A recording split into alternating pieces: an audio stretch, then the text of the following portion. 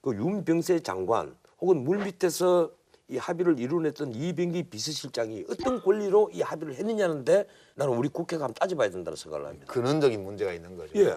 위안부 문제는 위안부 할머니가 당사자예요. 이분들이 당사자 위임을 해준 바가 없어요. 그런데 무슨 자격으로 정부가 일본과 협상을 해서 돈 100억엔 받고 무슨 자격으로 그 얘기를 하느냐 말이에요. 그럼 앞으로 이제 그 차기 정부에서 법률적으로 무효예요, 이건. 그러니까 얘기할 수 있는 제가 볼 거예요? 때는 이대로 상황이 이렇게 진행이 되면 네. 10억 엔을 돌려주는 게 맞을 것 같아요. 아, 지금 당장 돌려줘야지. 10억 엔을 돌려주고 그리고 이거는 원래부터 우리 정부가 이렇게 합의할 수 없는 내용을 합의했던 거다. 그렇게 얘기를 하고 미안하게 됐어. 그리고 10억 엔 돌려주고 그러고 원래대로 다시 가야지. 우리 그러지 말고 설전에서 모금 운동합시다. 이 100억 모아서 우리가 모금운동 한 시작한데 벌써 있어요. 있어요. 예, 예. 아니 그러면 이제 두 분은 차기 정부가 들어오면 이게 이제 다시 협상을 해야 된다라는 말씀이신 거죠? 다시 협상에 이 재협상이 문제가 아니에요. 이 협상 무효예요. 근데 이제 그 권리가 없는 사람이 무슨 협상을 해요?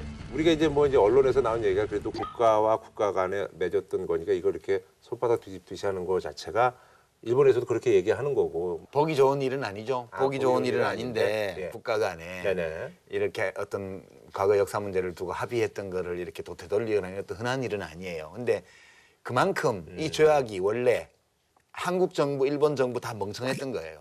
이게 이렇게 해서 합의가 성립해서 불이 꺼질 수 있다고 믿었다면 둘 다 바보예요. 외교는 기본적으로 그 자국의 상황을 제대로 파악을 하고 네. 그럼 상대국의 또 상황을 파악을 하고 그다음에 쟁점이 뭔지를 인식을 하고 그리고 이것이 어느 선에서 지금까지 해결 가능한 것이냐를 판단을 해서 해야 되는데 이거는 무슨 둘 다 바보 같아.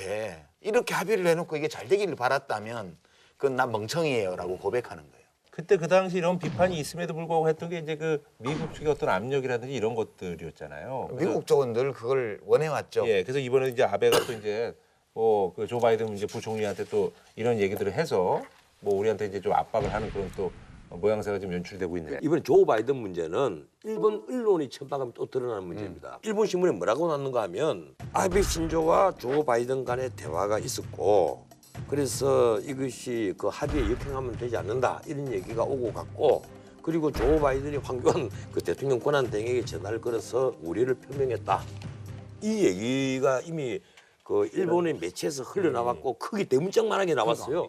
그런데 미국에서 뭐라고 얘기했는가 하면 조 바이든이 먼저 전화한 것이다. 부통령. 예, 그리고 한국의 황교안 그 권한 대행과는 아직까지 대화 안 했다. 그래서 뭐 어찌라고. 근데 그게 뭐 거짓말이란 말이에요. 아니, 거짓말 아니라고 오보예요, 하더라도. 오보. 거짓말 기본적으로. 아니라도 뭐 그래서 뭐 어쩌라고 그러면 미국에서 뭐 무슨 우려를 표명하면 우리가 입장 바꿔서 아이고 아베 형님 뭐 그동안에 미안하게 됐습니다. 아베 뭐 형님. 소녀상 철거하고 뭐 하겠습니다. 일어나. 다채로운 즐거움 JTBC